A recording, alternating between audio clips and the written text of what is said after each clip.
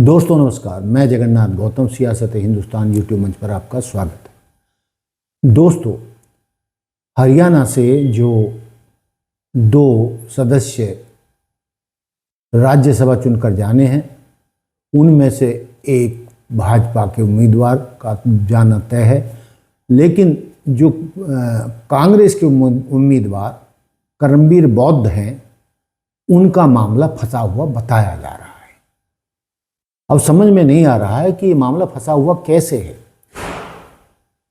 जानकार कह रहे हैं कि जब कांग्रेस के पास पूरी गिनती है, उसके पास 37 विधायक हैं और राज्यसभा भेजने के लिए केवल 31 विधायकों के वोट की जरूरत है, फिर कैसे मामला फंस सकता है। लेकिन दोस्तों, हरियाणा कांग्रेस में ऐसा अक्सर होता आया है कि गिनती पूरी होने के बावजूद कांग्रेस के उम्मीदवार हारते रहे। अब मामला क्यों फंसा हुआ बताया जा रहा है? कहा जा रहा है कि विपक्ष के 8 सांसद टूटकर सतीश नागल, जो भाजपा समर्थित उम्मीदवार हैं, दूसरे, उनको वोट जा सकते हैं और कांग्रेस डरी हुई है। कांग्रेस डरी हुई है और उसने अपने सभी विधायकों को हिमाचल में भेज दिया है, सुरक्षित जगह, जहां कांग्रेस की सरकार है। अब दोस्तों, सवाल तो ये पैदा होता, ठीक है, आपने सुरक्षा की दृष्टि से उनको हिमाचल भेज दिया है कि वो भाजपा के संपर्क में ना आ सकें, भाजपा उनकी खरीद फरोख्त ना कर सके। लेकिन दोस्तों, आजकल तो बहुत सारे तौर तरीके हैं। यदि टूटने वाले विधायकों की सेटिंग भाजपा ने पहले ही कर ली है, तो चूंकि ये तो गुप्त मतदान होना है, गुप्त मतदान वाले दिन अगले महीने, तो वो अंदर जाके किसको वोट देगा कांग्रेस का विधायक, ये किसको कैसे पता चलेगा? यदि वो पहले ही सेट हो गया है या पहले ही उसने पैसे पकड़ लिए या जो भी उन्हें लालच दिया गया है, तो वो गुप्त मतदान है, सतीश नागल को कर देगा। और मेरे ख्याल में कांग्रेस के पास ऐसा कोई रास्ता नहीं है जिससे कि उसे ये पता चल सके कि उसके किस विधायक ने पार्टी के साथ गद्दारी की है। नागल के जीतने का एक और भी कारण बताया जा रहा है।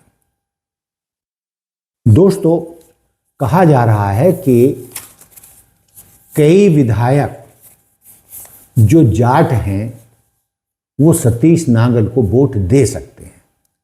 दोस्तों, मैं आपकी जानकारी के लिए बता दूं कि हरियाणा विधानसभा में 90 विधानसभा सीटों में से 28 सीटों पर जाट चुनकर आए हैं। इनमें भाजपा के 6 हैं और कांग्रेस के 22 हैं। एक रिपोर्ट में देख रहा था, मीडिया रिपोर्ट में, कि कांग्रेस के 8 विधायक टूट सकते हैं। लेकिन कांग्रेस के 8 विधायक टूट भी गए और सतीश नागल के पास ऑलरेडी 20 तो अतिरिक्त वोट भाजपा के हैं और उसे 11 वोट चाहिए, तो उस लिहाज से सतीश नागल फिर भी नहीं जीतते। लेकिन भाजपा आसानी से चुप बैठने वाली नहीं है। वो कोई ना कोई तिकड़म जरूर कर रही होगी कि जिससे वो भाजपा समर्थित सतीश नागल को चुनकर भेज सके और कांग्रेस के मुंह पर करारा तमाचा लगा सके या काला मुंह कर सके। इसमें कोई कसर नहीं छोड़ेगी। लेकिन दोस्तों, इस बार मामला एक बार और भी है जो मैं राज्य की जनता को बताना चाहता हूं या देश की जनता को बताना चाहता हूं। वो क्या है? वो ये है कि दोस्तों, हरियाणा भाजपा में भी सब कुछ ठीक ठाक नहीं चल रहा है। भाजपा में कई बड़े नेता विद्रोही हैं जो नायब सिंह सैनी के सीएम बनाए जाने से खुश नहीं हैं और उनका मानना है कि उनकी वरीयता को ध्यान में नहीं रखा गया है, उनकी सीनियरिटी को ध्यान में नहीं रखा गया है और उनका एक तरीके से अपमान किया गया है। दोस्तों, भाजपा के कद्दावर नेता और गृह मंत्री रहे अनिल विज की नाराजगी जग जाहिर है। हालांकि वो पार्टी के वफादार हैं, लेकिन जब बार बार उनका अपमान किया जाता है और अधिकारी उनकी नहीं सुनते हैं तो एक बार ऐसा लगता है कि क्यों अपमान बार बार कराया जाए, क्यों नहीं इन्हें सबक सिखाया जाए। उसी तर्ज पर दक्षिण हरियाणा के से चुनकर गए सांसद राव इंद्रजीत सिंह भी नाराज बताए जाते हैं। उनके पास भी 10-12 विधायकों का लिस्ट बताई जा सकती है, 2-4 अनिल विज के साथ ही बताए जाते हैं। इस तरीके से 12-14 विधायक भाजपा में विद्रोही हो सकते हैं और यदि ये विद्रोह कर दें और कांग्रेस के साथ आकर मिल जाएं तो राव इंद्रजीत सिंह या अनिल विज को कांग्रेस हरियाणा का सीएम बनाने के लिए तैयार बैठी है।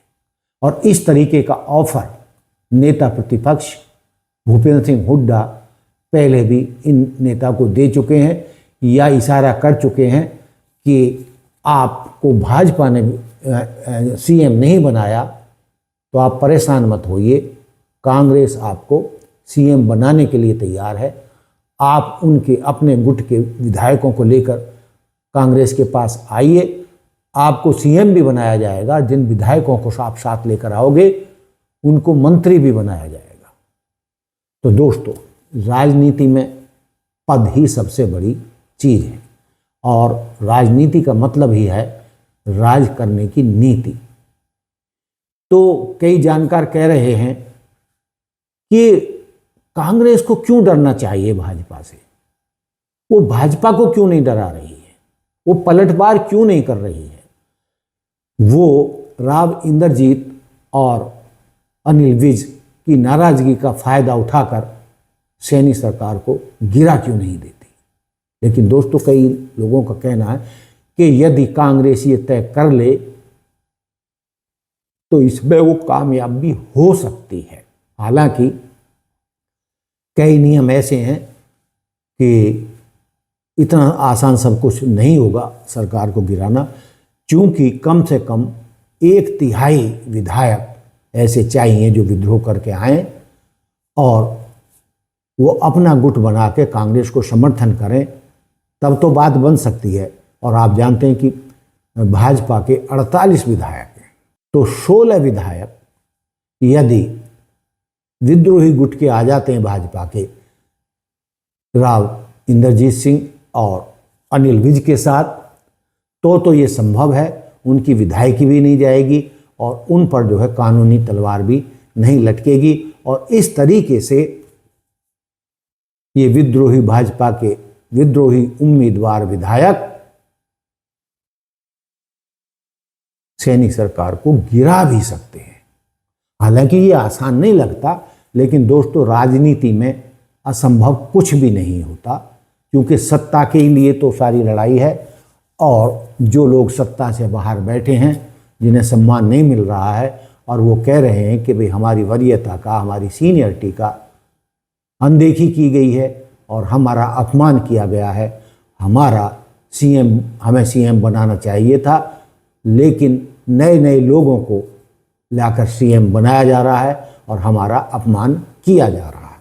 दोस्तों, ये जो मैंने मुद्दा आपके सामने रखा या जो पॉइंट्स मैंने आपके रखे कि क्या हो सकता है, यह कांग्रेस क्यों झुक रही है, क्यों डर रही है भाजपा से, भाजपा को डरा क्यों नहीं रही है। यदि कांग्रेस नेतृत्व चाहे तो भाजपा को उल्टे डरा सकता है और डराकर वो आसानी से अपने उम्मीदवार करमवीर बौद्ध को राज्यसभा भेज सकता है, क्योंकि आक्रमण में ही जीत की संभावना बनती है। यदि आप डर कर पीछे हटते रहेंगे तो सामने वाला दुश्मन आपको डराकर हमेशा आपका फायदा उठाता रहेगा। तो दोस्तों, ये था मेरा आज का मुद्दा। कि करमवीर बौद्ध का मामला क्या फंसा है तो क्यों है, और यदि मामला फंसा हुआ लगता है तो कांग्रेस पलटवार क्यों नहीं कर रही है। तो दोस्तों, देखते रहिए सियासत हिंदुस्तान। जय हिंद, जय भारत, जय संविधान। नमस्कार, धन्यवाद। लाइक, सब्सक्राइब एंड शेयर, यही हमारी आपसे विनती है। हमें हर तरीके का सहयोग करें और हमें आगे बढ़ने में अपना सहयोग दें। इसी के साथ नमस्कार।